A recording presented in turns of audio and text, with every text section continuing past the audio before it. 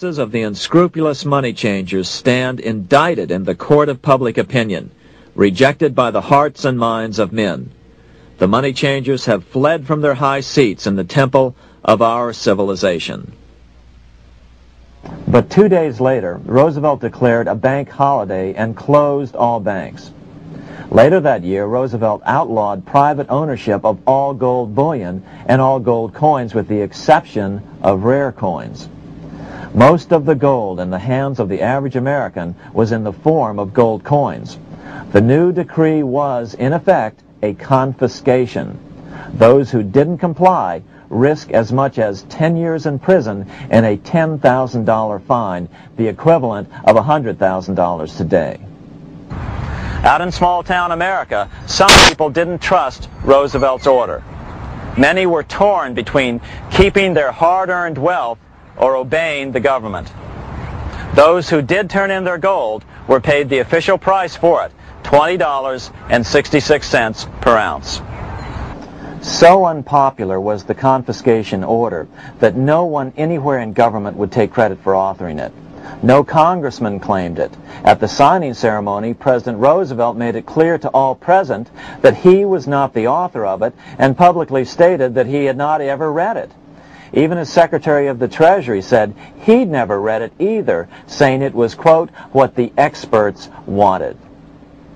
Roosevelt convinced the public to give up their gold by saying that pooling the nation's resources was necessary to get America out of the Depression. With great fanfare, he ordered a new bullion depository built to hold the mountain of gold the U.S. government was illegally confiscating.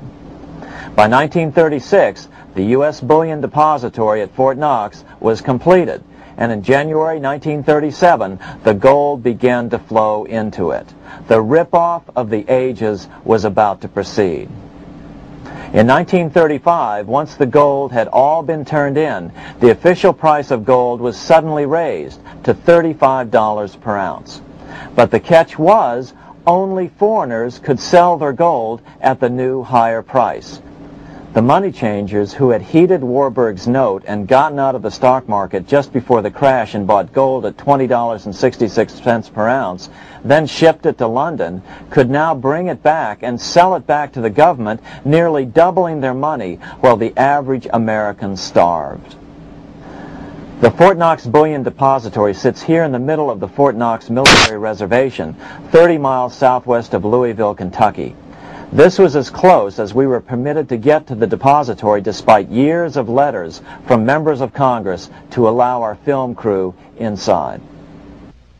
The 4-acre grounds immediately surrounding the building are guarded by an electrified steel fence, an open moat, and 4 machine-gun-armed guard pillboxes at the structure's corners. When the gold began arriving on January 13, 1937, there was unprecedented security. Thousands of official guests watched the arrival of a 9-car train from Philadelphia, guarded by armed soldiers, postal inspectors, Secret Servicemen, and guards from the U.S. Mint. It was all great theater. America's gold supply from across the land had been pooled, supposedly for the public benefit, and then safely tucked into Fort Knox. But all that security would soon be breached by the government itself.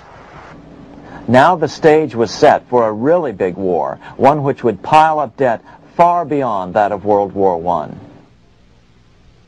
For example, in 1944 alone, the U.S. national income was only $183 billion, yet $103 billion was spent on the war. This was 30 times the spending rate during World War I. In fact, the American taxpayer picked up 55% of the total Allied cost of the war. But equally important, virtually every nation involved in World War II greatly multiplied their debt. In the U.S., for example, federal debt went from $43 billion in 1940 up to $257 billion in 1950, an increase of 598%. Between 1940 and 1950, Japanese debt swelled 1,348%. French debt grew 583%, and Canadian debt soared 417%. After the war, the world was now divided into 2 economic camps.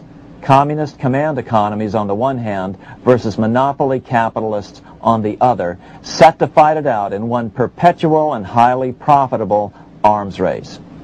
It was finally time for the central bankers to embark in earnest on their three-step plan to centralize the economic systems of the entire world and finally bring about their global government or New World Order. The phases of this plan were: Step 1, central bank domination of national economies worldwide. Step 2, centralized regional economies through organizations such as the European Monetary Union and regional trade unions such as NAFTA. Step 3, centralize the world economy through a world central bank, a world money, and ending national independence through abolition of all tariffs by treaties like GATT. Step 1 was completed long ago. Steps 2 and 3 are far advanced, nearing completion. What about gold? Among central banks, the largest holder of gold is now the IMF.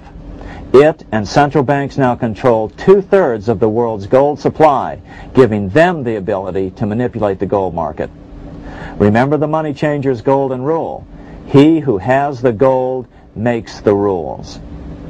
But before we get into solutions to our problem, let's take a look at what happened to all that gold in Fort Knox. Because if we don't understand that the gold has been stolen, we'll allow ourselves to be stampeded into the wrong solution: a gold-backed currency. Most Americans still believe that the gold is still here at Fort Knox. At the end of World War II, Fort Knox contained over 700 million ounces of gold, an incredible 70% of all the gold in the world. How much remains? No one knows. Despite the fact that federal law requires an annual physical audit of Fort Knox gold, the Treasury has consistently refused to conduct one. The truth is that a reliable audit of whatever remains here has not been conducted since President Eisenhower ordered one in 1953. Where did America's gold in Fort Knox go? Over the years, it was sold off to European money changers at the $35 per ounce price. Remember, this was during a time when it was illegal for Americans to buy any of their own gold from Fort Knox. In fact, there was a very infamous case where the Firestone family set up a string of dummy corporations to purchase Fort Knox gold and keep it in Switzerland, never hitting U.S. shores. They were eventually caught, however, and successfully prosecuted. Finally, by 1971, all the pure gold had been secretly removed from Fort Knox, drained back to London.